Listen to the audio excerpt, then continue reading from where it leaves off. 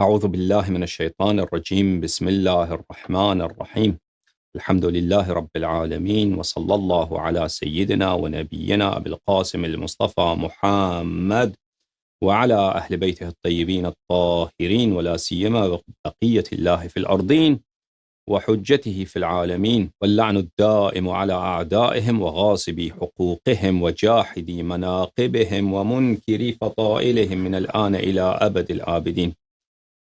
فأعوذ بالله من الشيطان الرجيم بسم الله الرحمن الرحيم إنما يريد الله ليذهب عنكم الرجس أهل البيت ويطهركم تطهيرا صدق الله العلي العظيم. اللهم صل على محمد وآل محمد وعجل فرجهم الشريف. میرے معزز ناظرین، السلام علیکم ورحمۃ اللہ تعالی وبرکاتہ۔ پروردگار عالم کے بارگاہ میں یہی دعا ہے کہ خداوند متعال ہمیں اور آپ کو اہل بیت طاہرین علیہم السلام کے بہترین شیعوں میں شامل فرمائیں، اور پروردگار عالم ہمیں اور آپ کو انشاءاللہ تبارک و تعالی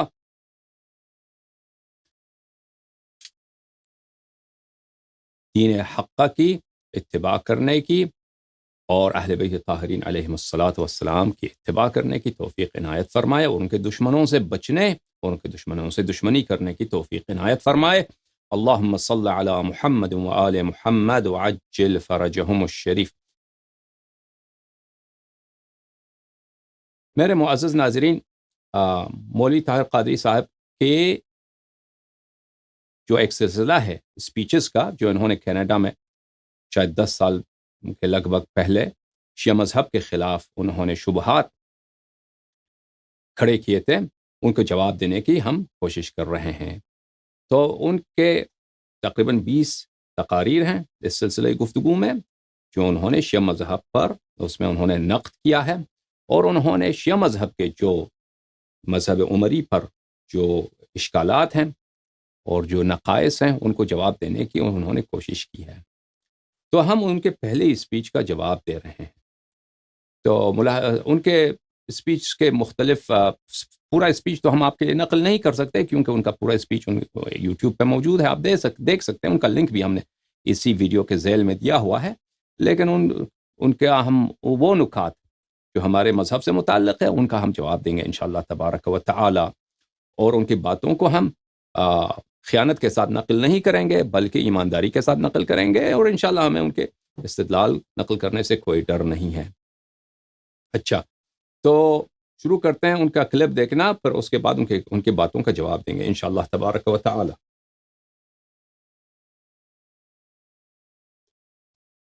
اور بے حد و حساب گستاخیاں ان کی شان میں کی جا رہی ہیں، اور لوگوں کے ذہن پر آگندہ ہیں۔ تو مجھے لوگ کہہ رہے تھے اور علماء کرام نے بطور خاص کہا کہ میں سیدنا مولا علی المرتضیٰ کی شان اقدس کے دفاع کی طرز پر یہ شیخین کریمین آقا علیہ السلام کے جلیل القدر خلفاء راشدین کے پہلے 2 عظیم خلفاء بطور خاص، اور جمیع خلفاء اربع اور صحابہ کرام بالعموم، مگر سیدنا صدیق اکبر اور سیدنا فاروق اعظم رضی اللہ تعالیٰ عنہما بالخصوص، کہ میں ان کی شان کے دفاع کا بھی فریضہ ادا کروں۔ عزیزو، آپ نے بات سنی ان کی، یہ کہتے ہیں کہ میں ابو بکر اور عمر کی شان کی دفاع کے لیے آیا ہوں، کیونکہ شیعوں کے گستاخی کر رہے ہیں اور میں ابو بکر اور عمر کا دفاع کرنا چاہتا ہوں۔ ملاحظہ فرمائیں ان کے الفاظ کو ایک مرتبہ پھر۔ عموم، مگر سیدنا صدیق اکبر اور سیدنا فاروق اعظم رضی اللہ صدیق اکبر، فاروق اعظم۔ دیکھیں میرے عزیزو، یہ کیونکہ مذہب عمری اساس ہی سے غصب پر، جھوٹ پر، افتراء پر مبتنی ہے، تو اور غصب کس کو بولتے ہیں؟ چوری کو بولتے ہیں۔ یہ چوریوں کا جو سلسلہ ہے اسی کے کھڑی یہ ہے کہ انہوں نے القاب چھڑا دیے ہیں امیر المؤمنین علیہ السلام کو، اور ان اشخاص پہ یہ لوگ لاگو کرتے ہیں ان القاب کو جو ان القاب کے وہ مستحق نہیں ہیں۔ تو پہلی بات تو ہم، کیونکہ یہ ہمیشہ سلسلہ گفتگو ان کا جو جاری رہے گا، 20 سپیچز ہیں ان کے، ہمیشہ یہ جو ہے ابو بکر کو اسی لقب کے ساتھ ذکر کرتا ہے صدیق اکبر، اور عمر کو اسی لقب کے ساتھ ذکر کرتا ہے فاروق اعظم۔ تو ہم شروع ہی سے یہ اسٹیبلش کرنا چاہتے ہیں کہ یہ ہمیں منظور نہیں ہے۔ صدیق اکبر امیر المؤمنین علیہ السلام ہے، جیسے خلیفہ رسول صلی اللہ علیہ وآلہ وسلم برحق بلا فصل امیر المؤمنین علیہ السلام ہے۔ جیسے امام برحق امیر المؤمنین علیہ الصلوۃ والسلام ہیں، اسی طرح صدیق اکبر امیر المؤمنین علیہ السلام ہیں، اور ابو بکر صدیق ہو ہی نہیں سکتا، ابو بکر صدیق ہو ہی نہیں سکتا۔ اس بات کا ہم اسٹیبلش کرنا چاہتے ہیں۔ اسی طرح فاروق اعظم، ایک اس بات کی جانب سے کہ امیر المؤمنین علیہ الصلوۃ والسلام فاروق اعظم ہیں اور عمر فاروق ہو ہی نہیں سکتا۔ ان دو باتوں کا ہم انشاءاللہ اسٹیبلش کرتے ہیں، کیونکہ یہ ہمارا کام آئے گا آگے آخر تک، کیونکہ یہ ہمیشہ یہ اسی طرح یہ مولوی طاہر القادری کہے گا ابو بکر کو اس لقب کے ساتھ یاد کرے گا اور عمر کو بھی اسی لقب کے ساتھ۔ تو ہم پہلے اس چوری کا جواب دینا چاہتے ہیں کہ یہ ایک چوری ہے، نہ ابو بکر صدیق اکبر ہے، نہ عمر فاروق اعظم ہے، یہ القاب ہیں ہمارے سید المسلمین یعصوب الدین امیر المؤمنین علیہ الصلوۃ والسلام کے۔ ایک دفعہ میں دیکھ لوں کہ میری آپ کے کامنٹس کیا ہیں، کیا آواز صحیح آ رہی ہے آپ لوگوں کو؟ تو لگتا ہے کہ کامنٹس جو ہیں وہی ہے، کسی نے شکایت نہیں کی ہے کہ آواز نہیں آ رہی، ٹھیک ہے، تو انشاءاللہ آواز صحیح آ رہی ہوگی۔ اچھا، پہلی بات تو یہ ہے کہ ہم اگر ہم جو شیعہ اہل بیت علیہم السلام ہیں، ہمارے اصول کے مطابق، ہمارے احادیث کے مطابق، وہ تو واضح بات ہے کہ صدیق اکبر امیر المؤمنین علیہ السلام ہے اور فاروق اعظم بھی امیر المؤمنین علیہ الصلوۃ والسلام ہے۔ ملاحظہ فرمائیے عزیزو، یہ کتاب ہے الاصول من الکافی، جلد نمبر 1، چھاپ دار الکتب الاسلامیہ۔ یہاں پر صفحہ نمبر 197 میں کتاب الحجہ آپ کے سامنے ہے، کتاب الحجہ سامنے ہے آپ کے، یہاں پر یہ حدیث ملاحظہ فرمائیے، حدیث نمبر 2، کہ ہمارے آقا حضرت قرآن ناطق بحر حقائق امام صادق علیہ السلام نے فرمایا۔ یہ حدیث بہت پیاری ہے میرے عزیزوں، معاف کیجیے گا کہ اس حدیث کا کچھ حصہ ہمارے گفتگو سے متعلق نہیں ہے، لیکن میں وہ پڑھنا چاہتا ہوں کیونکہ آپ مؤمنین کے دلوں کے زنگ اتر جائیں گے، دلوں کا غبار اتر جائے گا ان کلمات اہل بیت علیہ السلام سننے سے۔ میں اور سلیمان بن خالد سعید العرج کہہ رہا ہے، حضرت قرآن ناطق امام صادق علیہ السلام کے بارگاہ میں حاضر ہوئے تو فرمایا، یا سلیمان ما جاء عن امیر المؤمنین علیہ السلام یؤخذ به وما نهى عنه ينتهى عنه۔ اے سلیمان، یاد رکھو کہ جو بھی فرمان مولا امیر المؤمنین علیہ السلام کی جانب سے صادر ہو اس کی طاعت واجب ہے، امر کریں تو عمل کرو، نہیں کریں تو اجتناب واجب ہے۔ جرى له من الفضل ما جرى لرسول اللہ صلی اللہ علیہ وآلہ وسلم، امیر المؤمنین علیہ السلام کے وہی فضائل ہیں، وہی صفات حسنہ ہیں، وہی درجات علا ہیں جو رسول اللہ صلی اللہ علیہ وآلہ وسلم کے ہیں۔ سمجھ میں آ رہی؟ فضائل وہی ہے سید المسلمین علیہ السلام کا جو سید المرسلین صلی اللہ علیہ وآلہ وسلم کے ہیں۔ پھر فرمایا وَلِرَسُولِ اللَّهِ صلی اللہ علیہ وآلہ وسلم الفضل علی جمیع من خلق اللہ، اور رسول پاک صلی اللہ علیہ وآلہ وسلم کے کیا فضائل ہیں؟ فرمایا ان کا مقام وہ ہے کہ وہ سب خلائق پہ افضل ہے۔ رسول اللہ صلی اللہ علیہ وآلہ وسلم کے فضائل کا مقام یہ کہ وہ سب ما خلق اللہ پہ افضل، اور امیر المؤمنین علیہ السلام وہ تمام فضائل، وہ علم، وہ تقوی، وہ قرب الہی، معجزات، کرامات، فصاحت، بلاغت، جو رسول پاک صلی اللہ علیہ وآلہ وسلم کو اللہ نے عطا فرمایا ہے وہ سب امیر المؤمنین علیہ السلام کے نفس نفیس میں موجود۔ اچھا، پھر فرمایا المعیب علی امیر المؤمنین علیہ السلام فی شیء من احکامہ کالمعیب علی اللہ عز وجل وعلی رسولہ صلی اللہ علیہ وآلہ وسلم۔ جو بھی شخص سید المسلمین امیر المؤمنین علیہ السلام کے کسی بھی حکم، کسی بھی فیصلے پہ عیب اٹھاتا ہے، وہ ایسا ہے کہ اللہ تعالی پر عیب اٹھاتا ہو، کہ اللہ سے کسی نقص کو، کسی عیب کو، کسی خامی کو نسبت دے۔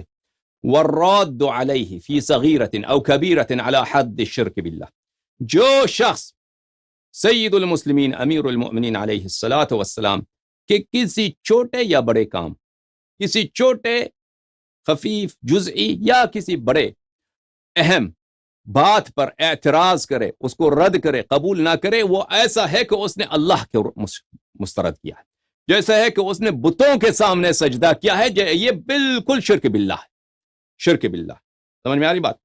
کان امیر المؤمنین صلوات اللہ علیہ باب اللہ الذی لا یؤتی الا منہ. امیر المؤمنین علیہ الصلاۃ والسلام اللہ کے وہ دروازے ہیں کہ اللہ کی رضا، اللہ کی شریعت، اللہ کی معرفت، اللہ کے بخشش تک پہنچنے کا ایک ہی طریقہ ہے، ایک ہی دروازہ ہے. وہ دروازہ کون سا ہے؟ اس دروازے کا نام ہے امیر المؤمنین علیہ الصلاۃ والسلام. دین الہی، معرفت الہی، توحید الہی، رضا الہی، بخشش الہی اور اللہ تعالیٰ کے شریعت اور دین کی معرفت، ایک ہی راستہ ہے. اس راستے کا نام کون؟ اس راستے کا نام سید المسلمین امیر المؤمنین علیہ السلام. وَسَبِيلُهُ الَّذِي مَنْ سَلَكَ بِغَيْرِهِ هَلَكَ.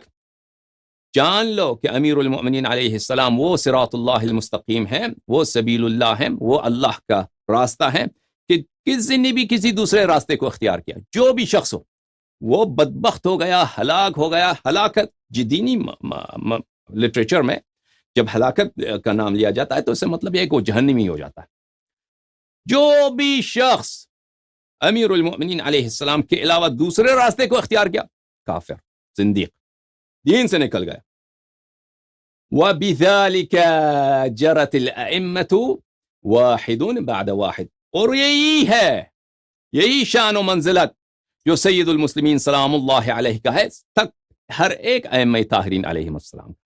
وہی علم، وہی عصمت، وہی شجاعت، وہی جود و سخا جو امیر المؤمنین علیہ السلام کا ہے، وہی ہمارے آقا، ہمارے مولا، ہمارے صاحب امام منتظر المہدی علیہ الصلوۃ والسلام عجل اللہ تعالی فرجہ الشریف کا ہے.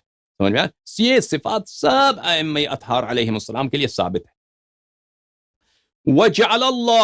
جعلهم اللہ ارکان الارض ان تمید بهم.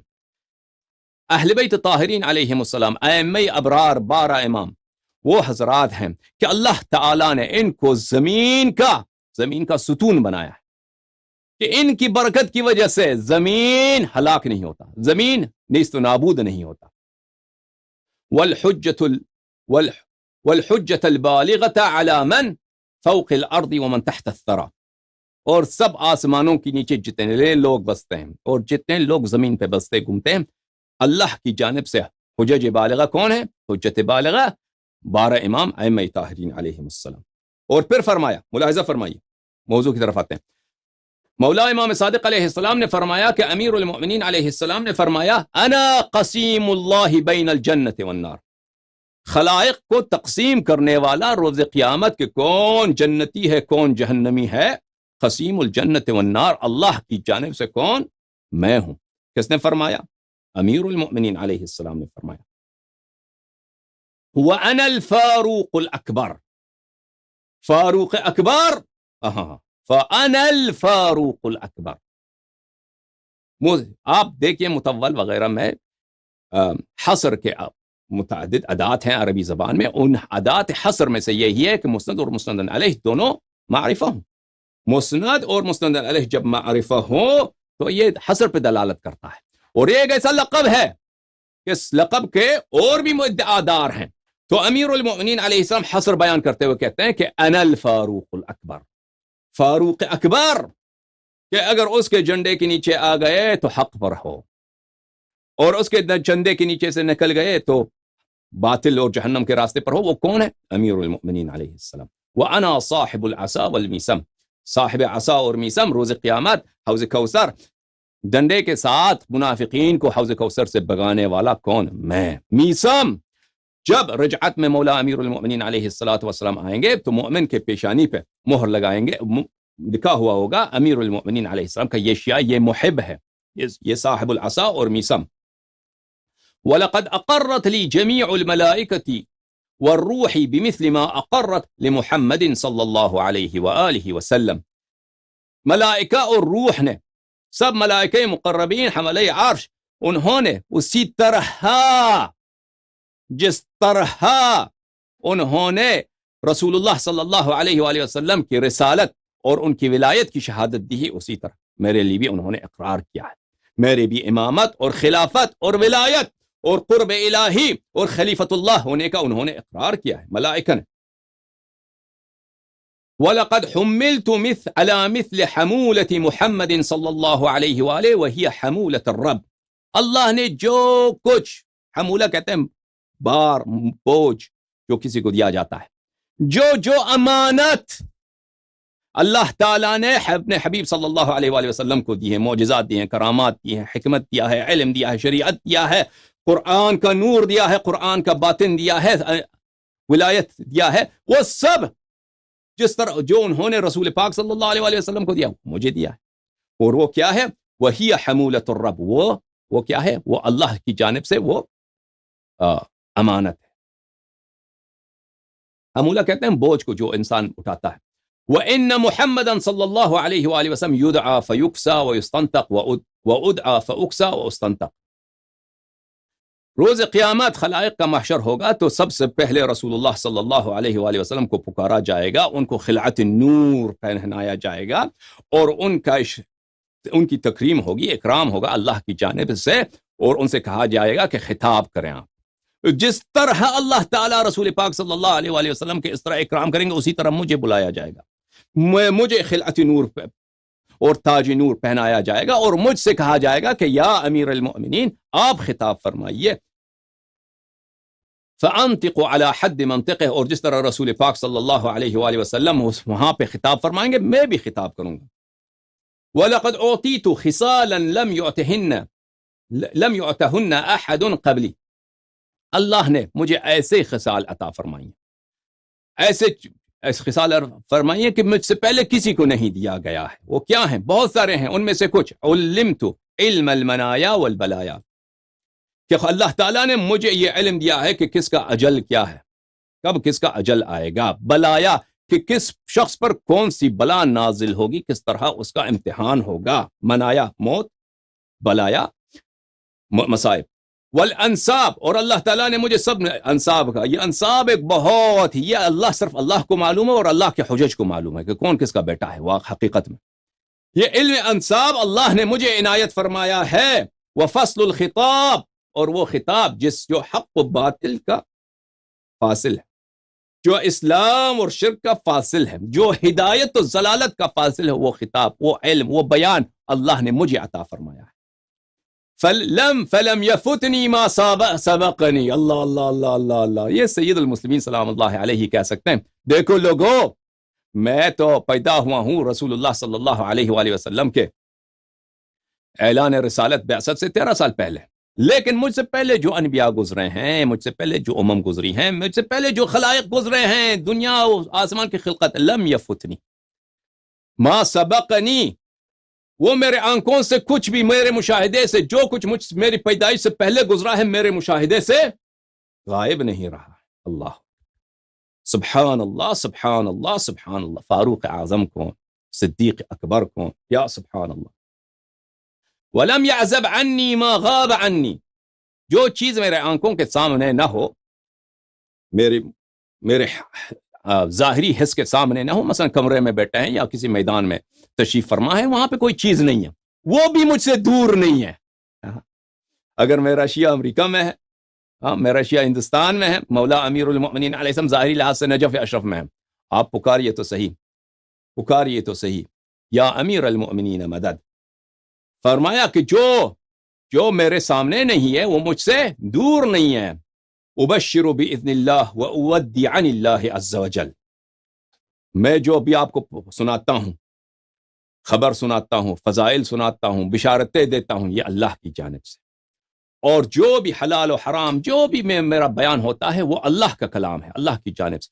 کل ذالک مکننی اللہ فیہ باذنہ، یہ سب کچھ اللہ کا، میں اللہ نہیں ہوں، میں خدا نہیں ہوں، میں خالق و رازق نہیں ہوں، میں اللہ کا بندہ ہوں.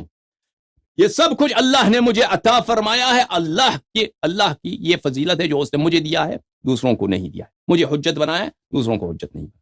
ٹھیک ہے عزیزو، صحیح ہے. ہمارے کتب میں آپ کہیے گا کہ ہمارے کتب جماعت مخالفین کے لیے حجت نہیں ہے، کوئی بات نہیں، ہمیں پتہ ہے کہ ان کے لیے حجت نہیں. ہم ان کی کتب سے ثابت کریں گے، ابھی آ رہے ہیں اس کی طرف. ان کی کتب سے بھی ثابت کریں گے کہ ابو بکر صدیق نہیں ہے، عمر فاروق نہیں ہے. ان کے کتب سے ثابت کریں گے کہ امیر المؤمنین علیہ الصلوۃ والسلام صدیق ہیں اور فاروق ہیں.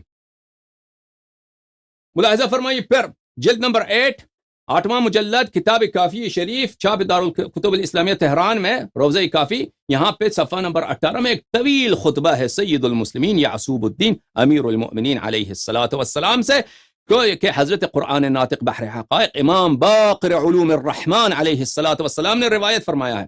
ملاحظہ فرمائیے اس خطبے میں، یہ بہت طویل خطبہ ہے، یہ صفحہ نمبر 18 سے شروع ہوتا ہے، لیکن ہم آپ کو دکھائیں گے صفحہ نمبر 30 پر ایک فقرہ۔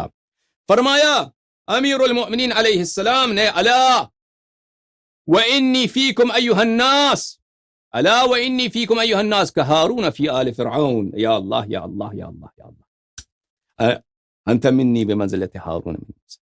اے لوگو جان لو، مسلمانوں جان لو کہ میرا مرتبہ تجھ میں اس امت میں وہی ہے جو ہارون علیہ السلام کا تھا آل فرعون میں۔ امتیو، ہارون علیہ السلام کا حضرت موسیٰ علیہ السلام کی امت میں کیا مرتبہ تھا؟ وہ شریک موسیٰ علیہ السلام، شریک معجزات موسیٰ علیہ السلام، شریک عصمت موسیٰ علیہ السلام، شریک تورات، شریک شریعت، ہر بات میں ثانی تھے، ہر بات میں مثل تھے حضرت ہارون علیہ السلام۔ میرا مقام وہی ہے۔ وَكَبَابِ حِطَّةَ فِي بنی اسرائیل، بنی اسرائیل میں بنی اسرائیل نے بڑا گناہ کیا، حضرت موسیٰ علیہ السلام سے غداری کی، تو فرمایا کہ تو بنی اسرائیل نے پوچھا کہ اب بخشش کا کوئی وسیلہ ہو، تو فرمایا کہ باب حطہ ہے، باب حطہ ہے، یہاں پہ سجدے کے ساتھ اس باب میں دروازے میں داخل ہو جاؤ، تمہارے سارے گناہیں مغفرت ہو جائیں گے۔ تو بنی اسرائیل نے وہی کیا، انہوں نے سجدہ کیا اور اسرائیل میں باب حطہ تھا، وہ میں اس امت میں وہی ہوں کہ اگر میری ولایت مان گئے اور میرے دامن کو تھامے رکھا تو پھر اس کے بعد انشاءاللہ تبارک و تعالی مغفرت بھی ہے، شفاعت بھی ہے، اور دخول جنت بھی یقینی ہے۔ وَكَسَفِينَةِ نُوحٍ فِي قَوْمِ نُوح، اور میرا مقام وہی ہے، مسلمانوں جان لو کہ سفینہ نوح کی کشتی، قوم نوح میں نوح کی کشتی، ہاں کشتی سے جو باہر رہ گئے کیا ہوا ان کا؟ کشتی سے جو باہر رہ گئے وہ جہنمی بن گئے، کشتی سے دنیا میں بھی غرق، آخرت میں تو عذاب ہی عذاب۔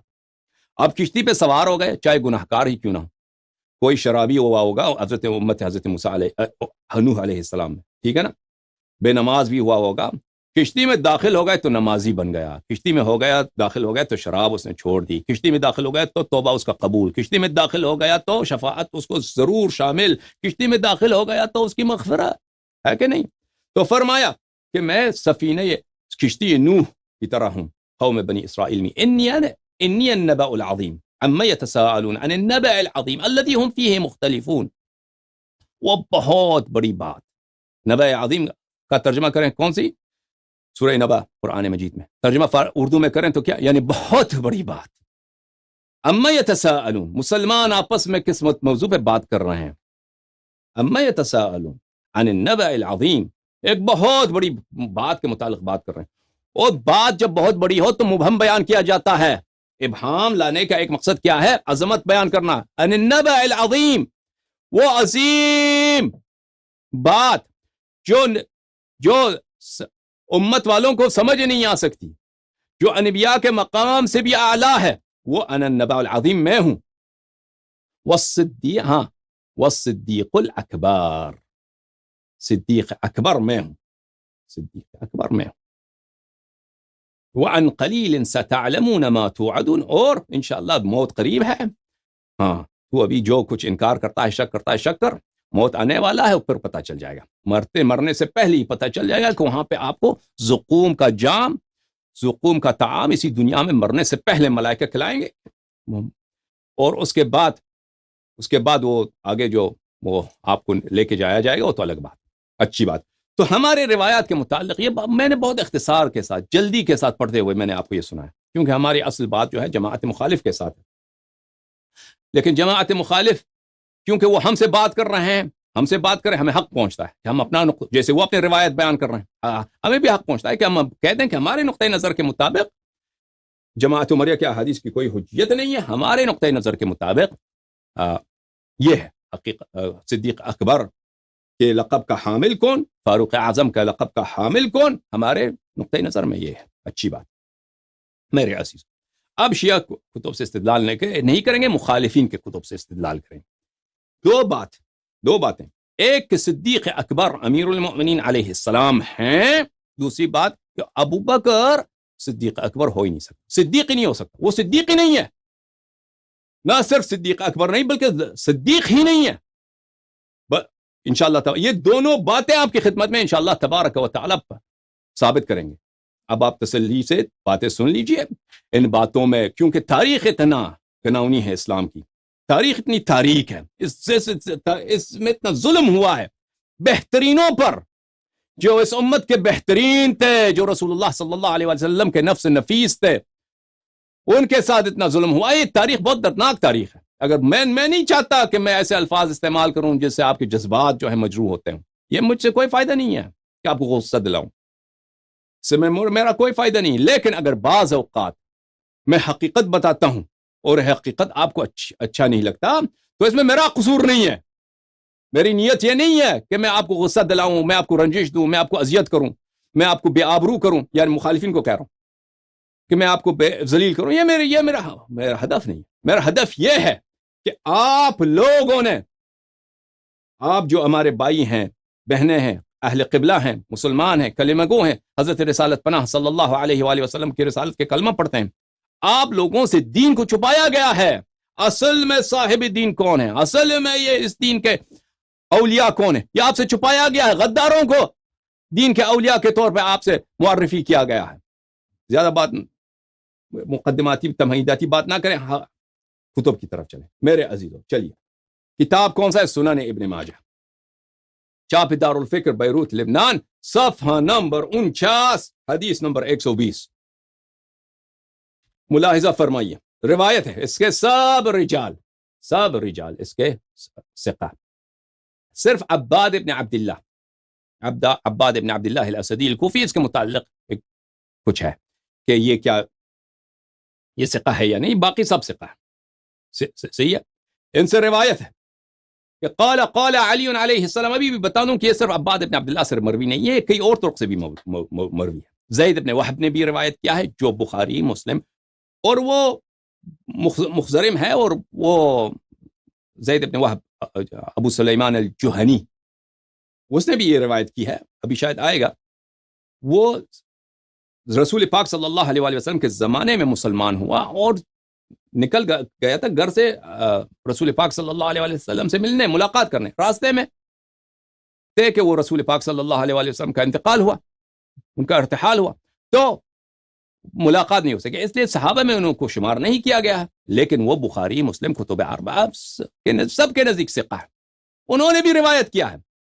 اس کے علاوہ کئی اور طرق سے بھی روایت ہے، سلمان نے روایت کیا، ابو ذر نے روایت کی، معاذ عدویہ نے روایت کیا، لہذا یہ کئی طرق سے مروی ہے، حدیث کے صحیح ہونے میں کوئی شک ہی نہیں ہے۔ اور اجلاء محدثین فرقہ عمریہ نے، انہوں نے اس حدیث کی کیا ہے، انہوں نے اس حدیث کی تصحیح کیا۔ اچھا، روایت کون سی ہے؟ قال علی سید المسلمین علیہ السلام، مولا امیر المؤمنین علیہ السلام نے فرمایا، انا عبداللہ، میں اللہ کا بندہ ہوں، واخو رسول صلی اللہ علیہ وسلم، واحد شخص جو نسباً بھی رسول پاک صلی اللہ علیہ وآلہ وسلم کے بھائی ہیں، اور مواخات صرف ایک شخص کو حاصل ہے، مواخات صرف ایک کو حاصل ہے، انت منی بمنزلت ہارون من موسیٰ، اس سے بھی مواخات ہی ثابت ہے کہ میں ہوں رسول پاک صلی اللہ علیہ وآلہ وسلم کا برادر بجان برابر، وَأَنَا الصِّدِّيقُ الْأَكْبَرُ، انا الصدیق الاکبر۔ میں نے کہا نا کہ مسند علیہ کی تعریف دلالت کرتی کس پر؟ حصر پر، ادوات حصر میں سے ایک ہے، جیسے اللہ، جیسے اس بات بعد النفی، یہ سب ادوات نفی، ادوات حصر میں سے ہے۔ اسی طرح ادوات حصر میں سے ایک مبتدا اور خبر، مسند علیہ، دونوں معرفہ ہوں تو اس سے کیا ہوتا ہے؟ اس سے حصر ثابت ہوتا ہے۔ وَأَنَا الصِّدِّيقُ الْأَكْبَرُ، ہاں، لَا يَقُولُهَا بَعْدِي إِلَّا كَذَّابٌ، میرے علاوہ اس کا ادعا کوئی نہیں کرتا کہ میں صدیق اکبر ہوں، مگر یہ کہ وہ بہت ہی جھوٹا ہے، اللہ بہت ہی جھوٹا۔ جس شخص، اب ہم ثابت کریں گے نا کہ ابو بکر یہ صدیق ہو ہی نہیں سکتا، اب مخالفین کے کتب سے ثابت کریں گے، مخالفین ہی کے کتب سے ثابت، اور ایسا ثابت کریں گے کہ جماعت عمریہ کا کوئی بھی بڑا سے مولوی ہو وہ رد نہ کر سکے۔ سمجھ میں آ رہی بات؟ لا صلیت قبل الناس ل7 سنین، کوئی مسلمان تھا ہی نہیں، کوئی مسلمان تھا ہی نہیں، صرف میں تھا، رسول پاک صلی اللہ علیہ وآلہ وسلم تھے، حضرت خدیجہ کبریٰ سلام اللہ علیہا تھی، ہم نماز پڑھتے تھے، کوئی اور نماز پڑھنے والا ہی نہیں تھا۔ اسی حدیث کے بنا پر بہت سارے محققین محدثین نے قبول کیا ہے کہ امیر المؤمنین علیہ الصلوۃ والسلام اول الناس اسلامہ ہیں اور ابو بکر اول الناس اسلامہ نہیں ہے۔ اور صلیت، اسی جملے سے پتہ چلتا ہے صلیت قبل الناس ل7 سنین، کہ میرے علاوہ کوئی دوسرا ادعا کرے کہ صدیق اکبر ہے وہ جھوٹا ہے، میں دوسرے لوگوں سے 7 سال پہلے میں نماز پڑھتا تھا رسول پاک صلی اللہ علیہ وآلہ وسلم سے، تو اس میں واضح الکنایۃ ابلغ من التصریح، اس میں واضح کنایا ہے، اشارہ ہے ابو بکر کی طرف، اور عمری محدثین نے اس بات کی طرف اشارہ کیا، ہم آپ کو دکھائیں گے کہ امیر المؤمنین علیہ الصلوۃ والسلام کا اشارہ کس کی طرف؟ ابو بکر کی طرف ہے، اور یہ خود جب اشارہ یہاں پہ ابو بکر کی طرف ہے ایک یہاں پہ، اور صدیق اکبر کا لقب بھی کس کو دیا جا رہا ہے؟ ابو بکر کو دیا جا رہا ہے، اور امیر المؤمنین علیہ السلام فرمائے انا الصدیق الاکبر، صرف میں ہی صدیق اکبر ہوں۔ تو میں نے کہا نا مسند الیہ مطول وغیرہ میں دیکھیے، ادات حصر مفتاح العلوم سکاکی کی، اس میں یہی ہے کہ ادات حصر میں سے ایک مسند الیہ کی تعریف ہے، تو واضح ہو آشکار ہے کہ یہاں کے فرمایا کہ میں ہی صدیق اکبر ہوں، واضح اشارہ ابو بکر کی طرف ہے۔ اچھا، ملاحظہ فرمائیے میرے محترم شاہدین و ناظرین، مصباح الزجاجہ فی زوائد ابن ماجہ، تالیف الحافظ بوصیری، بہت بڑے محدث اور محقق ہیں جماعت عمریہ کے، بوصیری صاحب، انہوں نے شرح لکھا ہے زوائد میں، کتاب لکھا ہے زوائد ابن ماجہ میں۔ اچھا، یہاں پہ ایک نقطہ میں آپ کی خدمت میں عرض کروں کہ یہاں پر سنن ابن ماجہ میں یہاں پہ قوس میں لکھا ہے انفرد بھی، یہ ظاہراً انفرد بھی یہ ابن ماجہ کا قول نہیں ہے، کیونکہ قوس میں ڈالا گیا ہے، کسی اور نے لگایا ہے یہاں پر، لیکن جیسے میں نے کہا یہ منفردات میں سے نہیں ہے کہ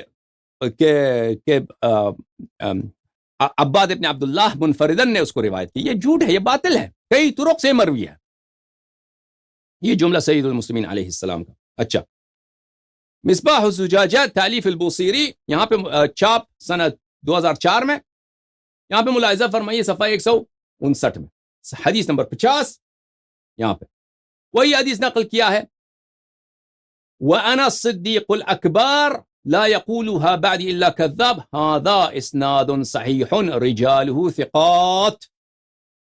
اللہ، عباد ابن عبداللہ کی توثیق ہو گئی یا نہیں ہو گئی؟ عباد ابن عبداللہ تو انہی راویوں میں سے ایک راوی، باقی سب راوی تو ثقہ ہی ہیں۔ عباد ابن عبداللہ کے متعلق بعض لوگوں نے 2 4 کیا ہے، تو واضح صریح توثیق ہے کہ یہ حدیث صحیح ہے اور اس کے سب رجال ثقہ ہیں۔ حدیث صحیح حجت ہوا کرتی نہیں کرتی؟ سمجھ میں آ رہی بات لوگوں؟ اچھا، ابو بکر ابن ابی شیبہ کوفی نے اس کو اپنے مسند، ابو بکر ابن ابی شیبہ کے تصنیفات ایک سے زیادہ ہیں، ایک مسند ہے ایک مصنف ہے۔ مسند موجود ہے ہمارے پاس، لیکن اس مسند میں ہم نے نہیں دیکھا ہے کہ یہ حدیث موجود ہے، لیکن پرانے زمانے میں بہت سارے ایسے کتب میں بہت ساری احادیث تھیں جو اب ان سے غائب کیا گیا ہے ان کو۔ تو ان کا واضح جملہ ہے کہ ابو بکر ابن ابی شیبہ نے مسند میں، اپنے مسند میں، ابی سلیمان الجہنی جو وہب ابن زید ہیں، ان کے طریق ابو سلیمان الجہنی جو رجال بخاری مسلم کتب اربعہ میں سے ہیں اور بہت بڑے تابعی ہیں، اور وہ مخزرم ہیں، یعنی رسول پاک صلی اللہ علیہ وآلہ وسلم کے حیات اقدس میں مسلمان ہوئے تھے لیکن ملاقات نہیں ہو سکا، اور وہ کوفے کے تھے، اور وہ سب جنگوں میں امیر المؤمنین علیہ الصلوۃ والسلام کے انہوں نے ساتھ دیا ہے، جمل میں عائشہ کے خلاف، صفین میں معاویہ کے خلاف، اور اس کے علاوہ نہروان میں خوارج کے خلاف ساتھ دیا ہے، لیکن یہ رجال بخاری مسلم ان میں سے، انہوں نے بھی روایت کی ہے امیر المؤمنین علیہ السلام سے۔ فَذَكَرَهُ، اسی حدیث کو روایت کیا ہے، صرف آخر میں ہے لا يقولها قبلی، اس میں یہ بھی ہے کہ لا يقولها قبلی، میں صدیق اکبر ہوں، مجھ سے پہلے بھی کسی نے ادعا نہیں کیا ہے مگر یہ کہ وہ کذاب، میرے بعد بھی کوئی ادعا نہیں کرتا مگر یہ کہ وہ کذاب ہے۔ سمجھ میں آ رہی بات آپ کو؟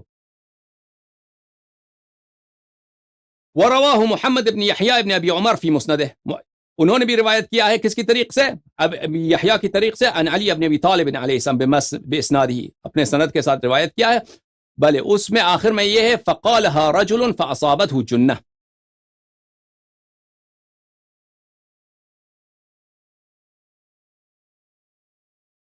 کہہ رہا ہے کہ محمد ابن ابی یحییٰ ابن عمر نبی اپنے مسند میں روایت کیا ہے، اس میں یہ آخر میں یہ ہے کہ ایک شخص نے اس نے یہی ادعا کیا. مصنف نے وہاں پہ لکھا ہے اپنے زمانے میں ایک شخص، ہمارے زمانے میں ایک شخص نے ادعا کیا کہ میں بھی صدیق اکبر ہوں، تو فوراً اس کو کیا ہو گیا، اس کو جنون لگ گیا، اس کو جنون لگ گیا، وہ پاگل ہو گیا. اس نے کہا پاگل، اللہ نے اس کو مفتضح کیا، بے آبرو کیا اس کو. اچھا یہاں پہ اب دیکھیے میرے عزیزو، یہاں پہ حاشیے میں فٹ نوٹ میں، معاف کیجیے گا دوسرا کتاب چلا گیا، اسی کتاب مسند میں مصباح الزجاجہ میں فٹ نوٹ میں جو کتاب کا محقق ہے انہوں نے کہا کہ مسند ابن ابی شیبہ یوجد منه قطعة يسيرة بقسم المخطوطات بالجامعة ومن الصعب قراءتها ومسند ابن ابی عمر مفقود. اچھا یہ فرما رہے ہیں کہ مسند ابن ابی شیبہ جو ہے اس کے نسخے نہیں ہیں ہمارے پاس، صرف اس کا ایک مخطوطہ موجود ہے یونیورسٹی میں، اور اس خط اس کا بہت خراب ہے، پڑھا نہیں جا رہا. اچھا اس خط اس کا بہت خراب ہے، پڑھا نہیں جا رہا. اور مسند ابن ابی عمر بھی جو ہے وہ یہ کتب مفقودہ میں سے ہے. ٹھیک ہے، مجھے لگتا ہے میرے پاس ایک مخطوط نسخہ ہے مسند ابن ابی شیبہ کی، پی ڈی ایف ہے ایک نسخہ. اب مجھے لگتا ہے اب دوبارہ چیک کرنا ہوگا، کافی عرصہ ہوا میں نے چیک نہیں. میں پانی پی لوں، پیاس لگ گیا.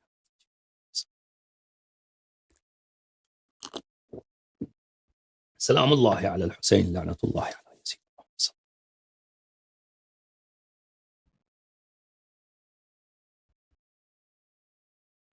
یہ کتاب ہے شرح سنن ابن ماجہ، تالیف الشیخ ابو الحسن الحنفی السندی. اچھا یہ سندھ کے سہارن ٹٹا کے تھے، یہ یعنی 2-3 صدی پہلے گزرے ہیں ابو الحسن سندھی. کئی کتب پہ ان کے بہت اچھے حواشی ہیں کتب حدیث پر، بہت بڑے عالم دین گزرے ہیں. یہ انہوں نے شرح لکھا ہے کس کا، کتاب ہے سنن ابن ماجہ قزوینی کی، جزء اول، چاپ دار الجیل بیروت. یہاں پہ ملاحظہ فرمائیے صفحہ نمبر 57 میں اسی حدیث کو انہوں نے نقل کیا ہے. یہ متن ہے ابن ماجہ کی. اب شرح اگلے صفحے پہ، ہاں كأنه اراد بقوله، ہاں ابو الحسن سندھی فرماتے ہیں كأنه اراد بقوله الصدیق الاکبر انه اسبق ایمانا من ابی بکر ایضا. امیر المؤمنین علیہ السلام نے فرمایا انا الصدیق الاکبر، میں ہی صدیق اکبر ہوں. واضح روشن ابو الحسن صدیق فرماتے ہیں کہ یہ جملہ امیر المؤمنین علیہ السلام کا اشارہ ابو بکر کی طرف ہے. یہ کنایہ مار رہے ہیں ابو بکر کو کہ تم ادعا کرتے کہ ابو بکر صدیق، نہیں، صدیق اکبر تو میں ہوں. اور اس بات سے استدلال کرتے ہیں، اس بات سے ادعا کرتے ہیں کہ وہ ابو بکر سے پہلے اسبق و ایمانن ہے. ابو بکر کہاں، ابو بکر تو بتوں کو سجدہ کرتے تھے، نماز پڑھتے تھے 4 رکعت، 5 رکعت، 20 رکعت بتوں کے لیے. وہ اس زمانے کی بات. رسول پاک صلی اللہ علیہ وسلم کے ساتھ کون نماز پڑھتے تھے؟ امیر المؤمنین علیہ السلام. وفی الإصابة في تمييز الصحابة، تأليف حافظ ابن حجر العسقلاني صاحب فتح الباری. اصابہ میں فی ترجمت علی علیہ السلام، امیر المؤمنین علیہ السلام کے زندگی نامے میں انہوں نے لکھا ہے ہوا اول الناس اسلاما فی قول الكثیر من اہل العلم. قول الكثیر من اہل العلم. حافظ ابن حجر نے اعتراف کیا ہے کہ کثیر محققین اور علماء کے نزدیک اول الناس اسلام، اول الناس ابو بکر نہیں ہے. وہ کون ہے؟ وہ سید المسلمین، اخو رسول اللہ صلی اللہ علیہ وآلہ وسلم، الذي هو منه بمنزلة هارون من موسى، امیر المؤمنین علیہ السلام. واضح ہوا نا بات کہ امیر المؤمنین علیہ السلام یہاں پہ اس جملے میں کنایتاً کس کی بات کر رہے ہیں؟ ابو بکر کی بات کر رہے ہیں.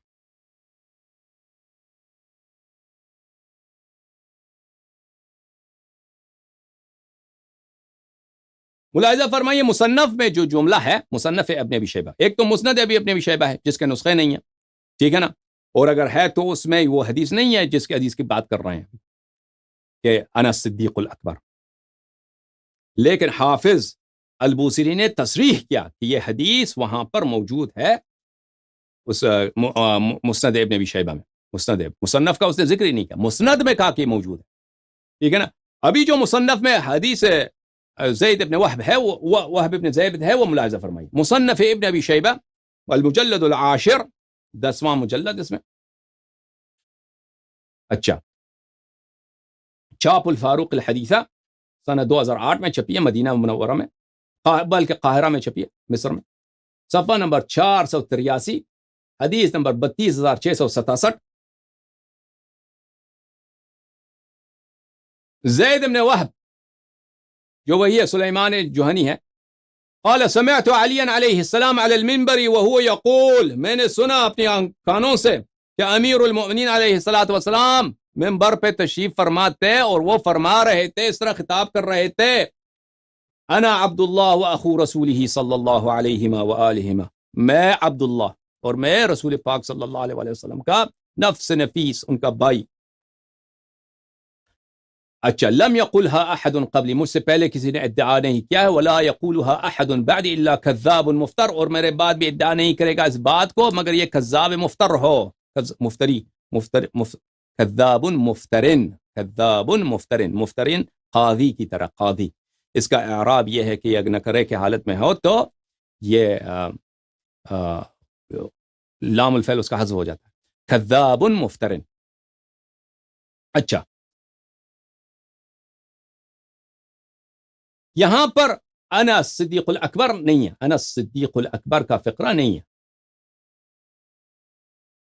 انا صدیق الاکبر کا فقرہ نہیں، لیکن حدیث وہی زید بن وہب کی جو میں نے کہا کہ رجال بخاری مسلم اور کتب اربعہ کے رجال میں سے، یہاں پہ نہیں ہے، لیکن حافظ بوصیری نے شہادت دی ہے کہ مسند میں یہ ہے، ثابت ہو گیا نا، مسند میں یہ ہے۔ حافظ بوصیری نے مصنف کا ذکر ہی نہیں کیا، مسند کا ذکر کیا، مسند ابن ابی شیبہ۔ پھر صفحہ نمبر 485 میں انہوں نے عباد ابن عبداللہ سے یہی حدیث نقل کیا ہے، انا عبداللہ واخو رسول اللہ صلی اللہ علیہ وآلہ وانا الصدیق الاکبر، اچھی بات، وہی جو سنن ابن ماجہ کی حدیث ہے۔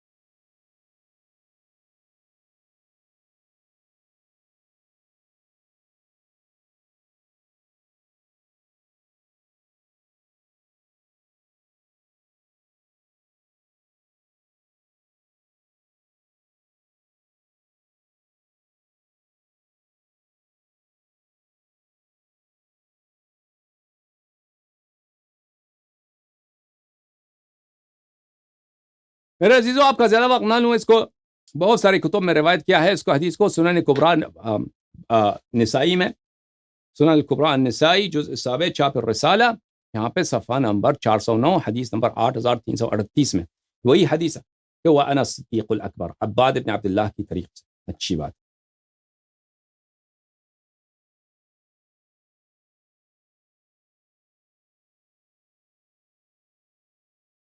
اور ابن ابی عاصم نے اپنے کتاب الاحاد والمثانی میں روایت کیا ہے، صفحہ نمبر 148 میں، عباد ابن عبداللہ سے، حدیث نمبر 178، وانا الصدیق الاکبر، وہی حدیث جو سنن ابن ماجہ میں ہے، 186۔ پھر انہوں نے روایت کیا ہے معاذہ العدویہ سے، معاذہ العدویہ سے، کہ انہوں نے بھی یہی امیر المؤمنین علیہ الصلوۃ والسلام کو میں نے سنا کہ وہ منبر پہ اس طرح کہہ رہے تھے، انا الصدیق الاکبر، میں صدیق اکبر ہوں، آمنت قبل ان یؤمن ابو بکر واسلمت قبل ان یسلم، میں ایمان لایا اس سے پہلے کہ ابو بکر ایمان لاتا، اور میں مسلمان ہوا اس سے پہلے کہ ابو بکر مسلمان ہوتا۔ پھر دوسری سند کے ساتھ معاذہ عدویہ سے روایت کی ہے، اچھی بات۔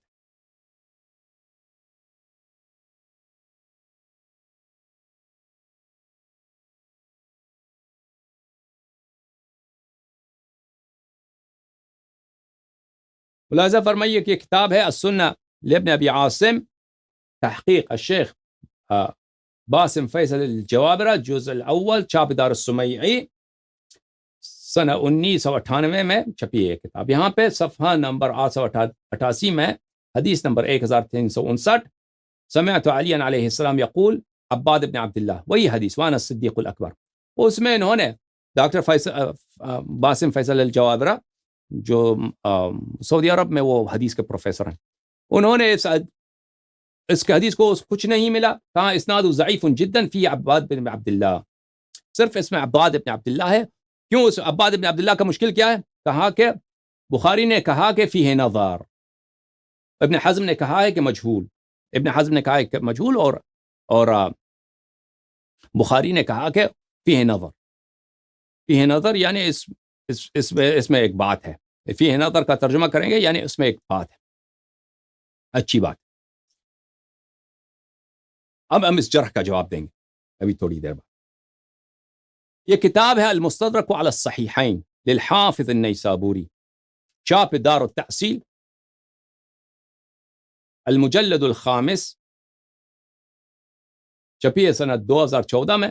یہاں پہ ملاحظہ فرمائیے صفحہ نمبر 306 میں، عباد ابن عبداللہ الاسدی روایت فرماتے ہیں امیر المؤمنین علیہ السلام سے، انا انی عبد اللہ واخو رسولہ صلی اللہ علیہ وآلہ وانا الصدیق الاکبر۔ اس حدیث کو نقل کرنے کے بعد حاکم نیشابوری فرماتے ہیں صحیح علی شرط الشیخین ولم یخرجہ، یہ حدیث صحیح ہے بشرط شیخین، بشرط بخاری و مسلم۔ اب شرط بخاری و مسلم کون ہے؟ وہ خود حافظ حاکم نیشابوری اپنے کتاب کے مقدمے میں بتاتے ہیں کہ میرے نزدیک شرط بخاری مسلم یہ ہے کہ اس حدیث کے سارے رجال بخاری مسلم کے جیسے ہوں۔ لازمی نہیں کہ بخاری مسلم کے رجال ہوں، نہیں، بخاری اور مسلم کے رجال جیسے ہوں وثاقت میں اور اعتبار و عدالت، تو ان کے نزدیک یہ حدیث صحیح ہے بشرط الشیخین۔ میرے عزیزو، یہاں پہ میں ایک دو جملے آپ کی خدمت میں عرض کروں۔ آپ نے حافظ بوصیری کا آپ نے شہادت سنا کہ اس حدیث کے سب رجال ثقہ ہیں، تو اس میں کون بھی شامل ہے؟ عباد بن عبداللہ بھی شامل ہے۔ اس کے علاوہ حاکم کا بھی آپ نے سنا کہ اس نے کہا کہ یہ حدیث بشرط شیخین صحیح ہے، اور مقدمے میں اپنی کتاب کے شروع میں وہ کہتا ہے کہ میرے نزدیک شرط شیخین یہی ہے کہ حدیث، میرے اس کتاب کے احادیث اسی جیسے ہوں جیسے بخاری و مسلم کے رجال ہیں، وثاقت اور عدالت۔ یہ جملہ بھی آپ کی خدمت میں عرض کرتا چلوں کہ بخاری مسلم کے بہت سارے رجال ہیں جن کی جرح کی گئی ہے، بری طرح جرح کی گئی ہے۔ عباد ابن عبداللہ کے متعلق تو صرف بخاری نے اتنا کہا کہ فیہ نظر، اس میں نظر ہے، ٹھیک ہے نا، اس سے زیادہ تو نہیں کیا۔ بخاری مسلم میں ایسے بہت سارے رجال ہیں جن کی بہت ہی زیادہ سخت شدید جرح کیا گیا ہے۔ سمجھ میں آ رہی نا بات آپ کو؟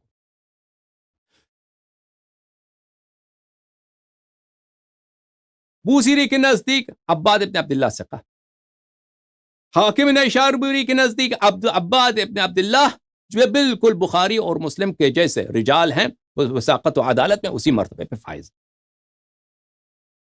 اچھا، آپ کی خدمت میں عرض کروں کہ بہت سارے ایسے نسخے ہیں مستدرک الصحیحین کے کہ اس میں سے یہ فقرہ حاکم کا کہ صحیح علی شرط الشیخین نکالا گیا ہے۔ اکثر جو نسخے آپ کو ابھی مطبوعہ ملیں گے مستدرک حاکم کے، اس میں یہ جملہ حذف کیا ہوا ہے، صحیح علی شرط الشیخین، لیکن یہ جو دار التحصیل کا نسخہ ہے اس میں یہ موجود ہے۔ اور اسی طرح اکابر فرقہ عمریہ کے پاس جیسے ابن حجر عسقلانی ہے، جیسے ذہبی ہے، ان کے پاس جو مستدرک کے نسخے تھے اس میں یہ جملہ درج تھا کہ صحیح علی شرط الشیخین۔ اس کی دلیل کیا ہے میرے عزیزو؟ دلیل یہ اتحاف المحرہ بالفوائد المبتکرہ من اطراف العشرہ، تالیف حافظ ابن حجر عسقلانی، جلد نمبر 11، چھپا ہے یہ کتاب مدینہ منورہ میں۔ ملاحظہ فرمائیں یہاں پر صفحہ نمبر 540، حدیث نمبر 14442، یہاں پہ روایت ہے کہ حدیث یہ ہے، انا عبد اللہ واخو رسولہ وانا الصدیق الاکبر الحدیث۔ حاکم نے اس حدیث کو روایت کیا ہے، حاکم نے اس حدیث کو روایت کیا ہے، اور اس حدیث کو روایت کرنے کے بعد حاکم نے کہا ہے صحیح علی شرطہما۔ پتہ چلا کہ ابن حجر کے نزدیک جو نسخہ مستدرک کا تھا اس میں بھی تصحیح علی شرط شیخین موجود ہے اس حدیث کی۔ اس کے علاوہ ذہبی کے جو نسخہ ہے مختصر استدراک الحافظ الذهبی علی مستدرک ابی عبداللہ الحاکم. حواشی کس کے ہیں؟ حواشی ذہبی کے، جو مستدرک حاکم پہ اس نے حواشی لکھے ہیں. اچھی بات ہے. دار العاصمہ میں یہ کتاب سنہ 1411 میں چھپی ہے. یہاں پر حدیث نمبر 535 انا صدیق الاکبر قال الحاکم علی شرط البخاری و مسلم. اس کے نزدیک بھی، ذہبی کے نزدیک بھی، جو نسخہ تھا مستدرک کا اس میں بھی یہ شہادت موجود ہے. حاکم کا یہ حدیث صحیح ہے بشرط الشیخ. سبحان اللہ سبحان اللہ. لیکن لازمی بات ہے کہ اس حدیث میں کیا ہے؟ اس حدیث میں ٹھوکر کس کو لگایا گیا؟ ٹھوکر لگایا گیا ابو بکر کو. ابو بکر کو اس میں نفی کیا گیا کہ اسبق الناس اسلاما نہیں ہے، اول الناس اسلاما نہیں ہے، اس کے علاوہ صدیق اکبر میں ہوں. تو یہ جو ہے مزاج ذہبی کو تو معلوم ہے آپ کو، یا بخاری کی مزاج ان کو اچھی نہیں لگتی. تو ان لوگوں کو ضرور اس حدیث کو ضعیف بنانا ہے. کسے؟ طریقہ کیا ہے؟ طریقہ یہ دیکھیں، طریقہ وہ یہ ہے.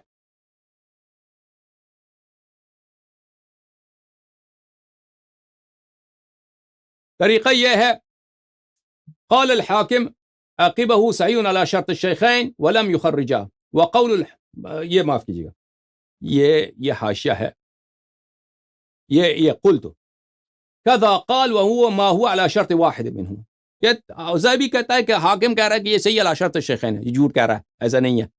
یہ نہ بخاری کی شرط پہ ہے نہ مسلم کی شرط پہ ہے، بلکہ بل ولا هو صحیح، بلکہ یہ حدیث صحیح ہے، بلکہ وہ باطل، یہ حدیث جھوٹ ہے. اللہ، حدیث جھوٹا ہے. کیوں جھوٹا ہے بھائی؟ سب رجال اس کے ثقہ، ایک طریق سے بھی راہ وارد نہیں ہوئے، کئی طرق تو میں نے دکھایا آپ کو. زید بن وہب کی طریق سے، معاذہ العدویہ کی طریق سے، ابو ذر کے طریق سے، سلمان کے طریق سے. سلمان اور ابو ذر نے جو حدیث روایت کی وہ رسول پاک صلی اللہ علیہ وآلہ وسلم سے کہ انت صدیق الاکبر، لیکن وہ اس حدیث کے لیے کیا ہے؟ شاہد ہیں. اس حدیث کے شاہد ہیں سلمان اور ابو ذر کے جو حدیث ہے وہ دوسری کتب میں موجود ہے. تو کہا کہ یہ حدیث باطل ہے. دیکھیں عزیزو سنو، اب میں سب قواعد جو ہے تحدیث کا، محدثین کا کتاب دکھا کر اگر کر دوں تو وہ اس میں بہت ٹائم لگ جاتا ہے. قاعدہ بڑا معروف ہے، علماء کو معلوم ہے، محققین کو معلوم ہے، محدثین کو معلوم ہے کہ حدیث موضوع نقل کرنا، حدیث مجعول نقل کرنا حرام ہے، مگر بشرط تنبیہ. ٹھیک ہے نا؟ نقل کرو حدیث، آپ موضوع حدیث نقل نہیں کر سکتے. ایک حدیث جو جھوٹا ہے، باطل ہے، نقل نہیں کر سکتے، مگر اس شرط کے ساتھ جب نقل کرو فوراً بیان کرو کہ یہ حدیث ہم نقل کر رہے ہیں لیکن یہ جھوٹی حدیث ہے، اس پہ آپ اعتبار نہ کرو. ٹھیک ہے نا؟ یہ بہت مشہور معروف قاعدہ ہے. آپ نے بھی دیکھا ہے میرے عزیزوں، اتنے بڑے محدثین نے نقل کیا ہے. ابن ابی شیبہ الکوفی استاد بخاری، استاد مسلم. ابن ماجہ القزوینی انہوں نے نقل کیا اپنے کتاب میں. حافظ ابن حجر عسقلانی، سبحان اللہ، کیا رتبہ ہے حافظ ابن حجر عسقلانی کے تحقیق میں، فن معرفت رجال الحدیث میں، اور اسی طرح احادیث کی شرح لکھنے میں. وہ کتنا چالاک ہے وہ حافظ ابن حجر عسقلانی، بہت ہی ذہین لائق آدمی ہے، اتنا چالاک، اور اس کا خط کتنا اچھا. وہ خیر اس نے حافظ ابن حجر نے فتح الباری اپنی قلم سے نہیں لکھا ہے، اس کے شاگردوں نے لکھا ہے، اس کا درس تھا، شاگردوں نے لکھا ہے، لیکن بہت اچھا لکھا ہے. اس نے سپرویژن کیا، اس نے اشراف کیا ہے، بہت اچھا لکھا کیا ہے. ٹھیک ہے نا؟ انہوں نے نقل کیا، کسی نے نہیں کہا، تضعیف نہیں کیا. اسی طرح حافظ مزی نے بھی اس حدیث کو روایت کیا ہے کتاب میں. کون سی کتاب ہے حافظ مزی میں بھی؟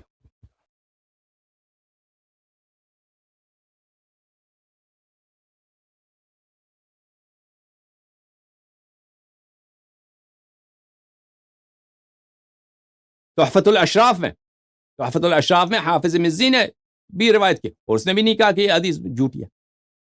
روایت کیا، نہ تصحیح کیا نہ تضعیف کیا، روایت کیا صرف. لیکن دیکھیں اگر یہ واقعا سب کو پتہ، اتنے محدثین نے نقل کیا، ذہبی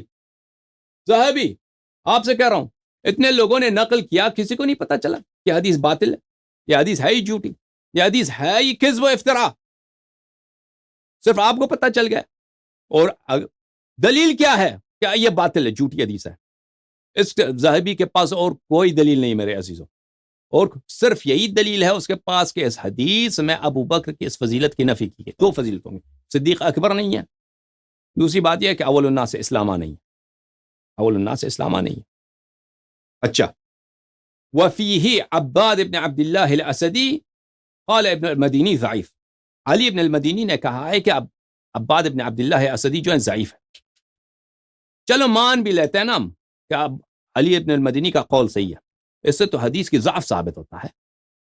حدیث کا عدم اعتبار، ضعیف یعنی کیا؟ غیر معتبر. غیر معتبر ہو سکتا ہے کہ صحیح ہو، اگر کوئی دلیل مل جائے کہ یہ صحیح ہے تو کہہ دیں گے صحیح ہے، لیکن بذاتی ہی بنفسی ہی یہ حدیث غیر معتبر ہے. ضعیف کا مطلب یہ ہے. اس سے تو جھوٹ ہونا، باطل ہونا، مجعول ہونا ثابت نہیں ہوتا. ذہبی ہاں مجعول ہونے کی دلیل کیا؟ ہاں اس کے وہ ذہبی کے تعصب ہے، ذہبی کی شہوت ہے، ذہبی کی دشمنی ہے امیر المؤمنین علیہ الصلوۃ والسلام سے. سمجھ میں آ رہی نا بات آپ کو؟ بہت بڑا فرق ہے حدیث موضوع میں اور حدیث ضعیف میں. زمین آسمان کا فرق ہے. ایک حدیث فی نفسی ضعیف ہے، دوسرے طریق سے آتا ہے اس سے وہ صحیح بن جاتا ہے. اگر یہ حدیث ضعیف بھی ہو اور تو کوئی نہیں اس میں حدیث میں کوئی اشکال، صرف کیا ضعف ہے اس میں؟ عباد ابن عبداللہ الاسدی. مان لیا عباد ابن عبداللہ الاسدی ضعیف، زید بن وہب سے روایت، معاذ عدویہ سے روایت ہوئی ہے. اس کے علاوہ اللہ آپ کا بلا کرے حب حرنی سے روایت ہے یہ حدیث. کئی ایک طرق سے یہ حدیث مروی ہے، بلکہ یہ تو تواتر کے حد تک پہنچ جاتا ہے. بہت سارے احادیث 3 طریق سے وارد، 4 طریق سے وارد ہیں. آپ لوگوں نے کہا یہ متواتر ہے. ان سب لوگ یہ تواتر کی تعریف کیا؟ تواتر کی تعریف یہی ہے کہ ان سب روات کا اجتماع ہونا، کسی جھوٹی بات پر وہ توطئہ کریں تو اس پہ سازش کریں، یہ عادتاً خارج امکان ہو. یہ یہاں پہ صادق ہے. سمجھ میں آ رہی نا بات آپ کو؟ اچھا،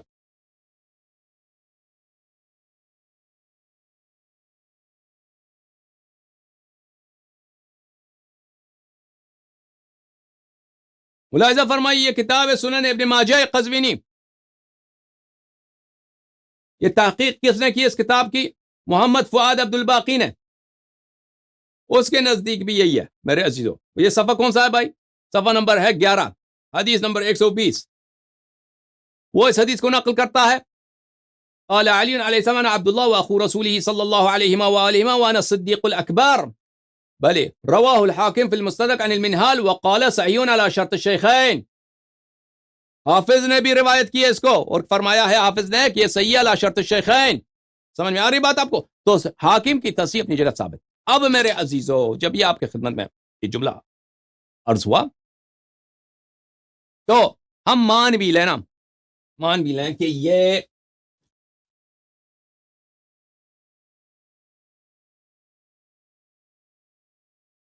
علی ابن المدینی نے کہا ہے کہ یہ ضعیف ہے.